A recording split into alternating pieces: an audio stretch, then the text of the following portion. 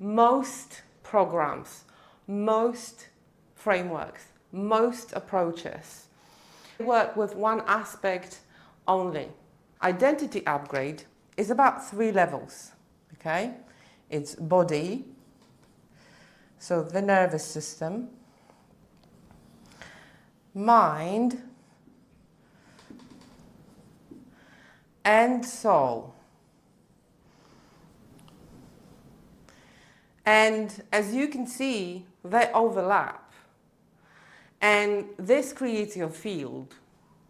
I teach you how to recognize who you are and where you are. And this is a catalyst.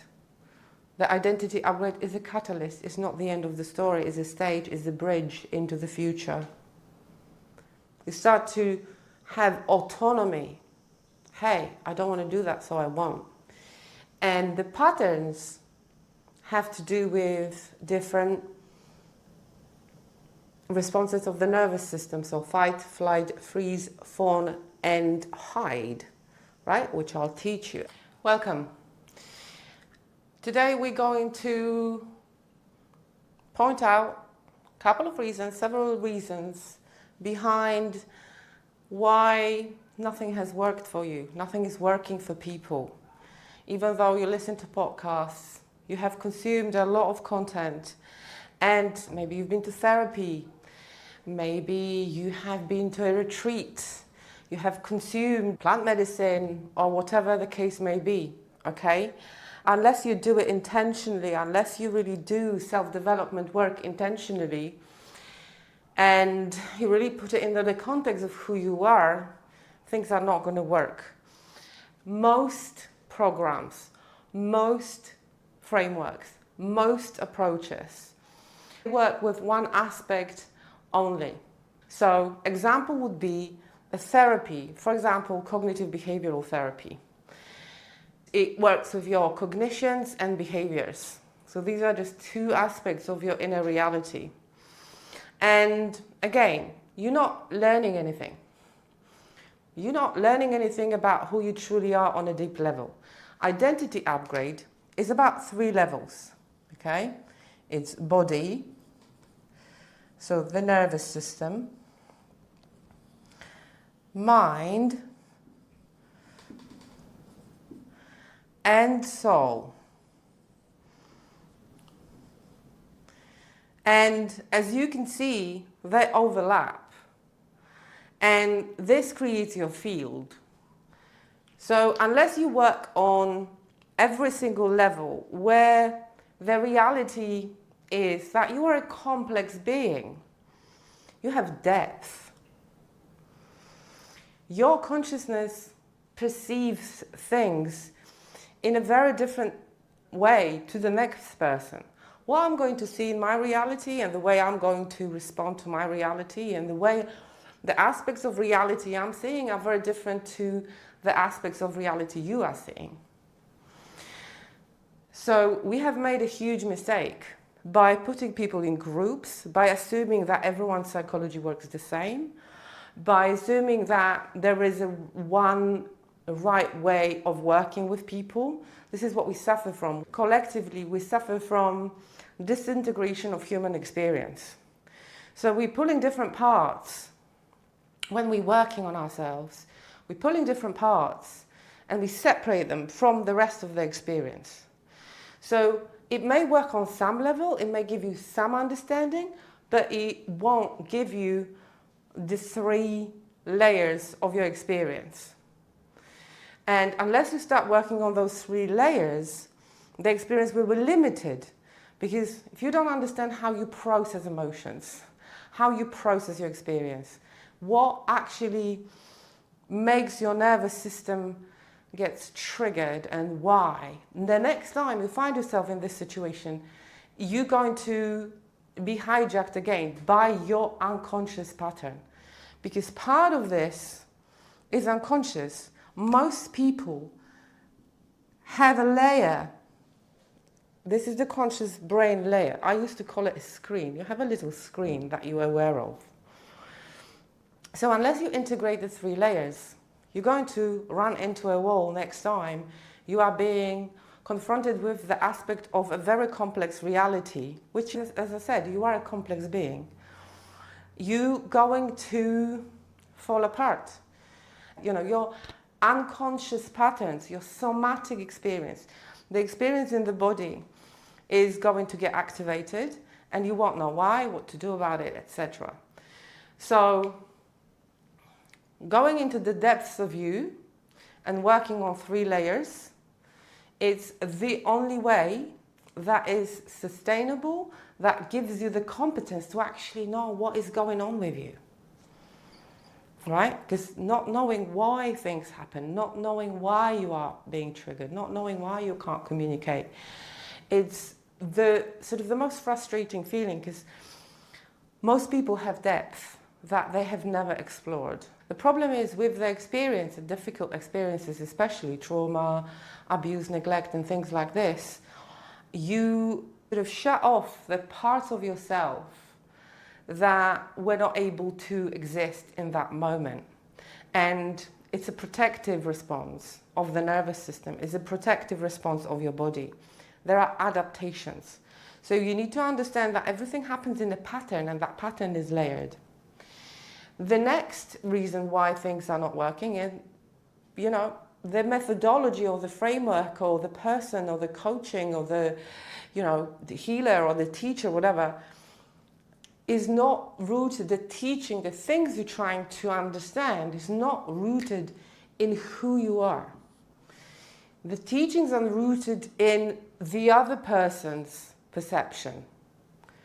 So most, as I said, teachings, healers, coaches, therapists, they are talking from their level. Okay, and I'm not talking all, but they're talking from their level. So unless you actually understand who you are on those 3 levels, so for example, what triggers your body, what calms your body, because it's very different.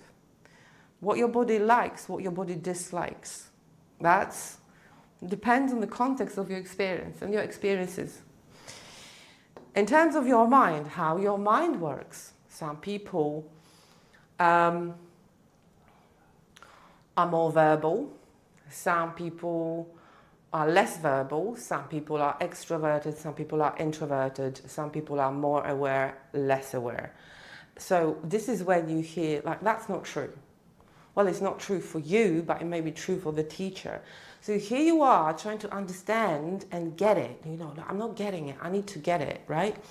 Tell me again, because I need to really understand it. But as I said, it's rooted in who they are, not who you are. And a lot of who you are comes from your soul. So from your authentic self, from your higher self. And that is very unique, because you have a purpose here, and the purpose on earth is to be happy, is to become fully yourself. It is one of the oldest, most ancient ideas in the psyche. So you can talk about Carl Jung, who talked about, Carl Rogers was first. I think they were born at the same time. I can't remember. But they both talked about self-actualization. So really understanding who you are, why you're here, what are your tasks.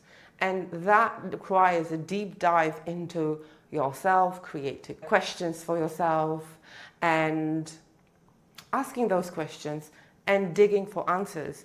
And that happens in silence. It happens as a result of self-inquiry. So someone telling you, this is that, and this is that, this is this structure, this is that structure. Your soul is like, what is this? What is this? That's why most people feel lost and empty, because they don't understand. And psyche means the soul. They don't understand who they are. Why do you like certain things? Why are you being drawn to certain things, certain hobbies, certain activities, certain movies, certain music, certain lyrics, right? What interests you? What actually makes you feel alive, right? So it's the pull you feel. And most therapies, mental health and psychology has been completely divorced from the soul. Everyone has their own unique nature. So if I keep ignoring the fact that you dislike physical exercise, but I tell you, you need to start exercising, then, because I think my methodology is better, and this is what's going to get you, whatever. If you've been abused, neglected, or in the situation of domestic violence, for example, then you're going to be so traumatized that physical exercise is the last thing you want to be doing. Or if you're depressed and collapse and shut down, and I just keep pushing and forcing, like you need to be moving your body, which is not entirely inaccurate, but is not who you are at this moment. And who you are at this moment in time is dependent on the context of what has happened to you, what is happening around you, because the body is a responsive system. The body responds to its environment, what you're going through, what is happening around you. I understood this when the war in Ukraine started. And it's not that I understood it, I experienced this, right? I was a therapist at the time, and quite a few thousands of Ukrainians came to UK. I was giving therapy to this woman who escaped with 2 children, packed her business, her everything, and just escaped from Kiev. And all my interventions, everything went out of the window because her nervous system was in shock, in freeze, completely taken out of her environment, on her own, no family, her mother left there. How can you then do it sort of normal therapy, or just I was out of tools. I was out of tools, right? And this is where I'm quite good at recognizing and feeling the body things. So that would be a good example. It's an extreme example, but it's a good example. I still did the therapy and I helped her work through whatever had to be done, but it had to be very different. And her personality changed. She said it herself. Within a space of 3 months, she became a different person because of the circumstances and what was happening around her. And on the micro level, that happens in families. So, modern coaching or modern psychology will tell you, yeah, it's all about motivation and the feeling, blah, blah, blah. But listen, if you are, 22 and your parents are fighting constantly and you are in the middle of this and you're being torn apart because, you love both of them, for example, then your nervous system is like, what is going on? And this is what we have in divorce battles. What is going on? And I don't want to pick sides, and you are being asked to pick sides, and you love your mother, and then a mother gets a partner, and whatever, and you could be an adult, and that could be a very difficult experience. So the context of where you are, right, and who you are in the very moment that that thing is happening, it's more important than anything else. Because you need to understand that your identity is fluid and you keep changing. Different aspects of you keep being revealed depending what happens around you and who is around you. Other nervous systems, other bodies, right? And you being affected by all of this. So I should add, and where you are, right?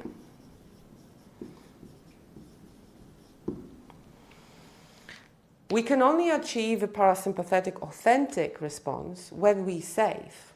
So when you are not safe for whatever reason, and if you are loyal to your partner, to your family, to your mother, whatever, and you come to therapy, then, as I said, 85% of your experience is unconscious. There are different estimations, but it's more than half.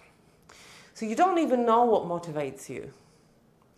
And if a therapist is not a fully fledged, experienced human being, and they don't have a healthy detachment, and they do operate, which most therapists do, they operate from what they've learned rather than from where you are. And they operate from where they are. Because guess what? Every consciousness is filtering their experience through. So, the therapist is going through a divorce. It's going to affect how they see you. It's going to affect their presence. Unless they're robots. Some of them are. And your nervous system is going to be feeling that. So this is why it's very important to actually... I know we divide things in professional and private life, but in therapy and work and healing, that's not the case. You need to be, if you want to be a healer and if you want to be a therapist, you need to have your ducks in order in life. You do. Because your body, your consciousness is doing the work. If you're trying to compartmentalize yourself as a therapist, your client is going to hear it and feel it. One of the assumptions that is very, very harmful is we assume that the therapist knows best, which is one of the reasons I left the profession. That's not the case. Everyone is intelligent, everyone has emotional intelligence. The fact that we think that people don't have the capacity, no, that capacity has not come to the surface because it didn't have a chance. Your soul has not had a chance. Your higher mind and your parasympathetic response had not had the context to come forth, to manifest itself. So living in this paradigm, I call it a narcissistic paradigm, right? Where someone knows better than you about what you need. And as I said, therapy is divorced from soul, from the true depth of the psyche, which is soul, as a reminder. So this is why I teach you how to recognize who you are and where you are. And this is a catalyst. The identity upgrade is a catalyst. It's not the end of the story. It's a stage. It's a bridge into the future. It's not the whole thing. It's like you get a map and then you go off, living happily ever after. Because you need a container, open-ended, endless therapy sometimes. It's a problem in itself. Because if you yourself think, oh, I'm just going to see a therapist every week or a coach I'm going to pay, and then you're not learning how to really work with yourself, how to become conscious, how to really recognize and have the insights, the inner vision, the intuition, and how to tap into the true self. That is not coaching, that is not therapy, that is not, you're not learning. So that's another layer that I work at. I teach you how to tap into your authentic soul. And another one, most outcomes, when you in this space, therapy space, coaching space, whatever, you sell outcomes. You sell the relief, you sell, it's packaged in a very weird way, right? So you sell results, which is the most ridiculous idea there is. And you are told to start and finish at a certain point without anyone spending time with you or you spending time with yourself on actually, where am I? What do I need? Okay, so the first month in the 3-month program is about grounding yourself in your experience and it's about stopping escaping and doing the behaviors when you're just so stressed and you're so afraid of looking into yourself And it's like, hey, what, like, where are you, soul? Where are you, nervous system? Where are you, mind? And integrating it enough so just to stabilize you, because most people are disintegrated and scattered. So it's not my starting point, it's your starting point. Because my experience is that I have never met anyone, apart from men, because I'm not a man, so I don't understand this experience, and I've never claimed to understand this experience, but I have lived in 3 countries, I speak 2.5 languages, I have done my shit, and I have, I have been through most things. I have a lot of different life experiences within me, and I can understand a lot of different things. So I can, within a session or 2, I can grasp what you need, and that gets developed as we work together. But I can okay, this is what's needed. And, then we formulate a goal. Then more things, as you go into your psyche and into your experience, as you're less and less afraid of your body, yourself, and your experience, more things get revealed to you. So we don't plan, because whatever is on the other side of this process, it's more amazing than you can imagine. It's not accountability. It's like things keep changing. And because your identity and your psyche are fluid and your consciousness is fluid, so it keeps moving. So who am I to tell you, right, so this is going to be a plan. And if you have any rebellious bone in you, if I tell you what to do, you're going to do the exact opposite. Okay? So the starting point, this is how, I put it in air bunnies. And the same with the finish. What we do is we build a bridge, right? We build a bridge. We build a bridge between now and the future together, and we take the steps, right? And these are 8 sessions of 75 minutes.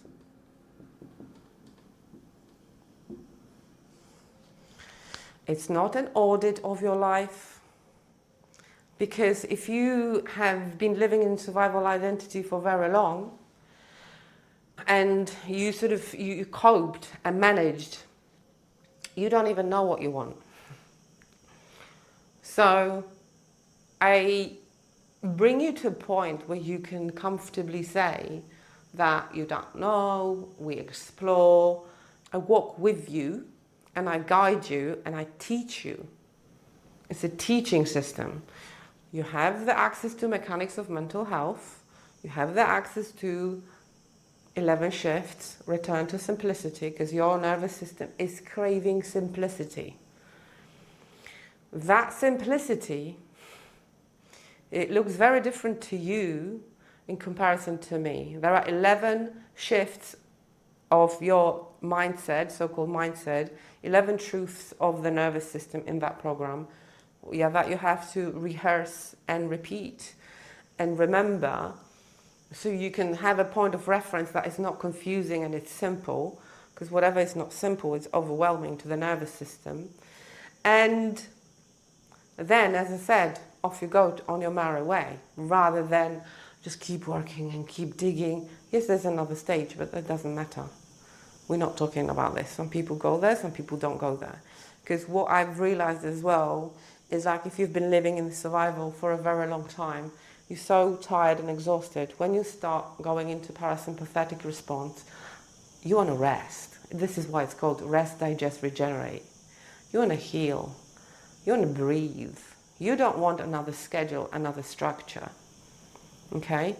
So we address your body, we address your mind, but we are being informed by your soul. Because we are feeding it, like, we channel it, and not channel is a bad word. It's like we filter through things that you like and dislike and want to do. Like, what is the sort of atmosphere of your life you want to achieve?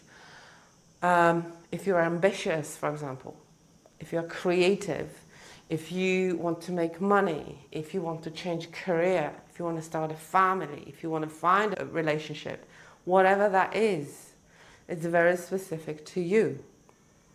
You might be a loner. You might be a creative loner who has done their bit and now they want to find out what is the next stage. And that is, again, that comes from your soul. So this is why the circumstances really, really matter. Where you are, what is the next stage for you, and how to get to know yourself. So this is an invitation. When it comes to identity upgrade, I want to share the process with you. Things that happen when you walk the bridge, right? I call it the bridge between now and the next 3 months, plus the rest of your life.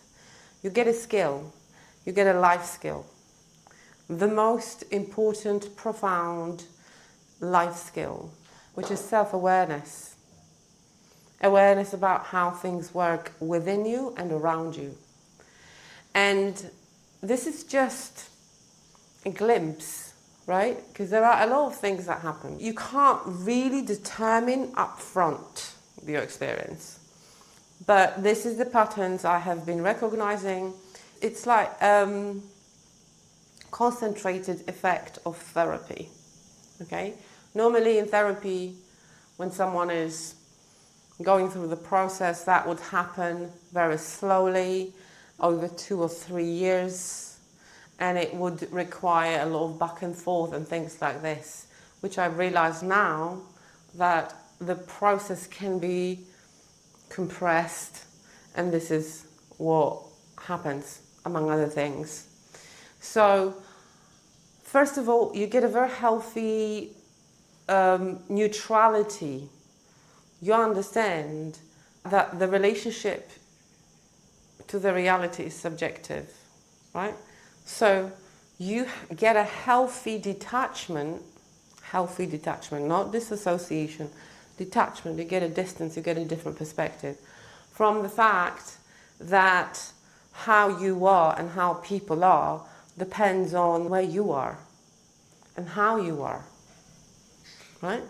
So the relationships, dynamics change according to where that person is. We don't even do that, like we ask the question, how are you doing? Oh, no, all right. But how are you doing inside, not outside? We don't go there, right? So you get that understanding and you shift your perception inwards, which is the most powerful thing there is. You also get that with other things, with meditation, with self-discipline, with whatever. But most people, they need to know what they're doing and what needs to happen. And if you're the kind of person that normally, work with people who need to understand the process and understand themselves, they don't do things randomly or unintentionally.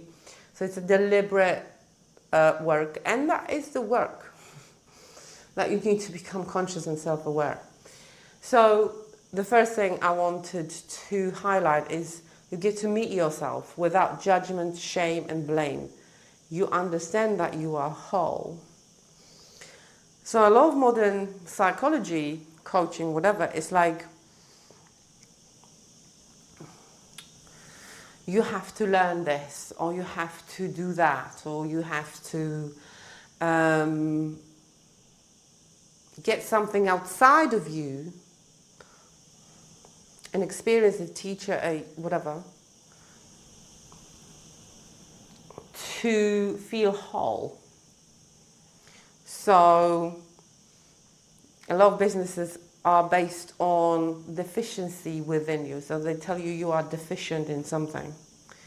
And that is one of the biggest crimes against humanity, because you are whole and complete as you are. And your consciousness is already within you. The technology, the nervous system, everything is as perfect as it can be. There is nothing better than your nervous system. No better technology, no better. Consciousness is everything there is. So the story that people are being told, "Oh, you're not informed enough. You don't have enough knowledge how to live your life." Again, think about the Western world, how it is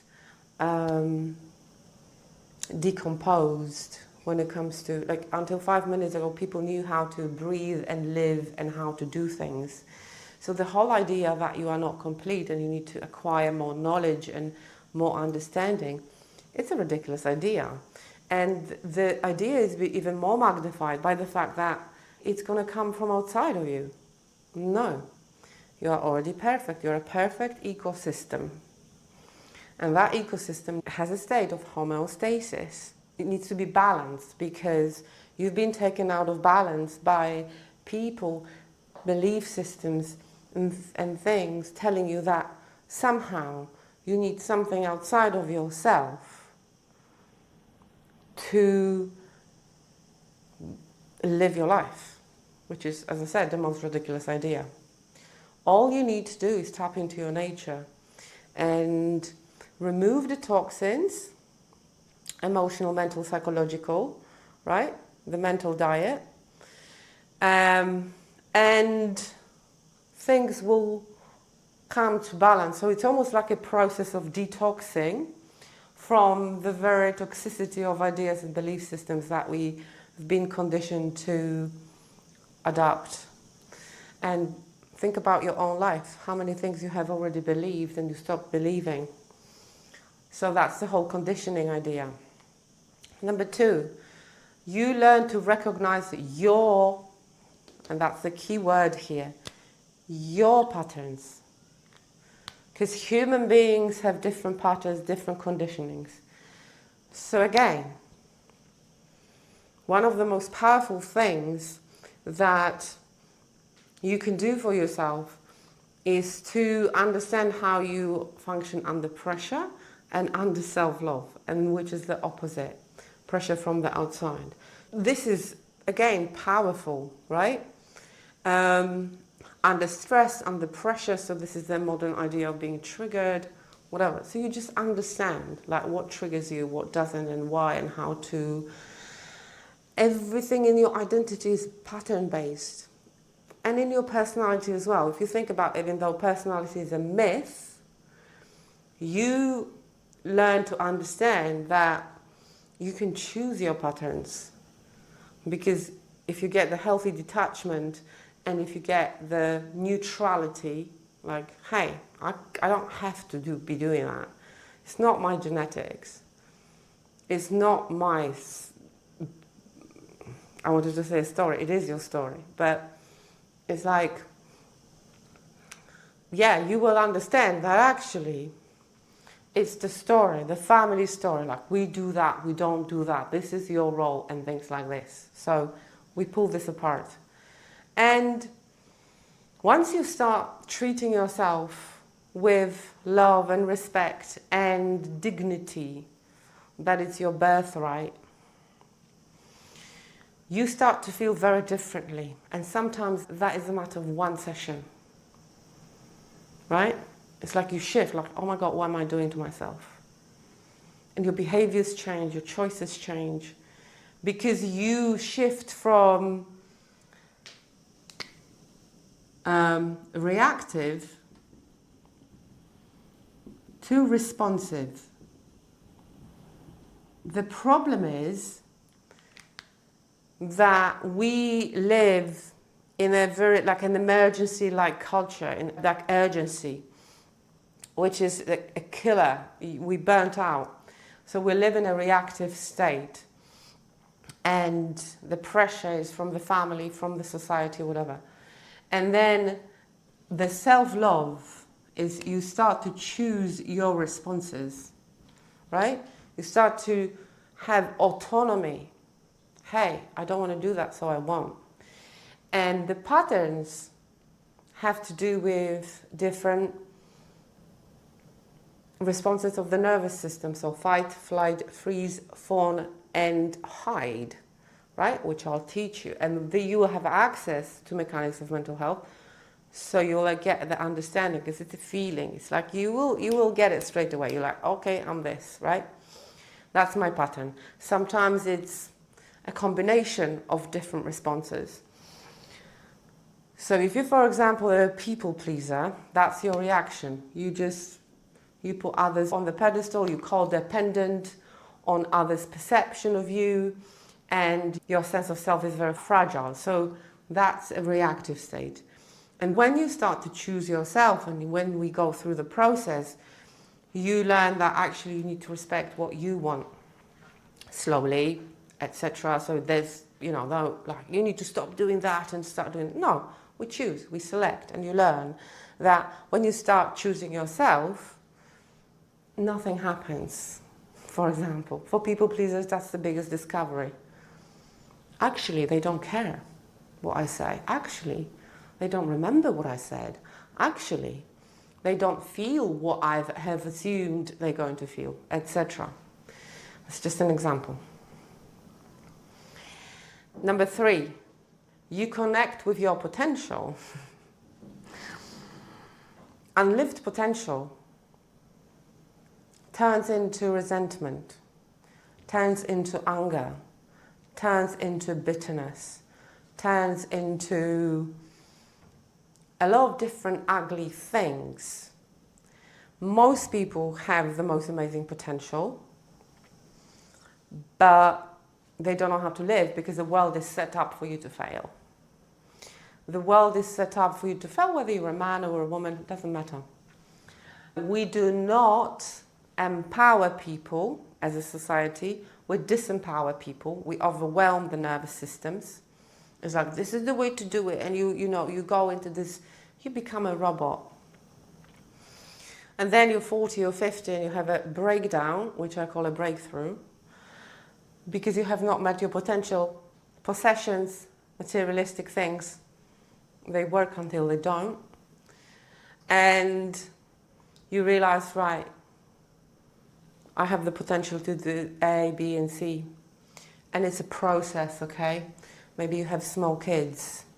Maybe you have... The potential is unlimited, but we need to structure it in a way that it's digestible for your nervous system. Because your nervous system will never allow you to do something that you don't consider safe. That's why recalibration and activations and exercises that you will have a lot of choice. You will have a list to choose from, because it's like your body likes certain things, and then you realize, oh, I can do that, or I can do that, or I can start doing that, or I can stop doing that. And again, the next layer of reality gets revealed. And it's not about forcing and pushing. Whatever it's meant for you, it needs to be effortless, because otherwise you're going to collapse or you're going to sabotage it. So self-sabotage is a very, very common thing where people are not living to their full potential, and where they start doing something they have not, their nervous system is like. So for example, if you live in chaos as a child, and that's your normal, and then you go into adulthood, chaos meaning everything, emotionally, psychologically, etc. And you then go into the adulthood and you want to choose a career that requires structure, and your nervous system's like, no, that's unfamiliar, so I'm going to sabotage it. So you're going to get drunk. You're not going to show up for an interview. You're not going to finish that degree or that course or that program, whatever. It's a stage of understanding. Now I'm at the stage where I thank my nervous system to stop me from doing something, and then I need the discernment. So that's another thing that you learn, discernment. Like, is it because I'm choosing this because it's not mine, I'm copying someone or whatever, or is it because I'm too scared? It's because of my fear. So you learn. Number 4, you tap into your emotional intelligence, the highest form of intelligence. Your emotions are signals. Your emotions are messengers, and they color your reality. So a lot of people are emotionally suppressed, detached, disassociated, shall I say, from their emotional intelligence potential. And you should always follow a feeling, because your body knows more than you do. When you're around something, you should that something is off, the vibe is low, right? So this is that thing. But most people who live in survival, they've lost that ability because they're so numb and so guarded and so shut that the antenna is really closed. Your body is the antenna. Your nervous system has the wisdom of your ancestors, of your story, of your soul, everything. Number 5, your relationships will improve. You become the baseline for others. So instead of being dragged down, you pull other people up just by being. When your baseline in the nervous system goes up, and in your life, you stop hanging around with the bad crowd, or you stop entertaining the old story about yourself. You raise your vibration, you go you're more autonomous, more deliberate, more responsive rather than reactive. Then people respond to that. Your spouse, your children, if you manage people, people around you, friends sometimes, they're I want to feel how you feel. Because, people are feelers. So when you start feeling better, more in control, more autonomous, it's magic. So I invite you to work with me. Thank you very much.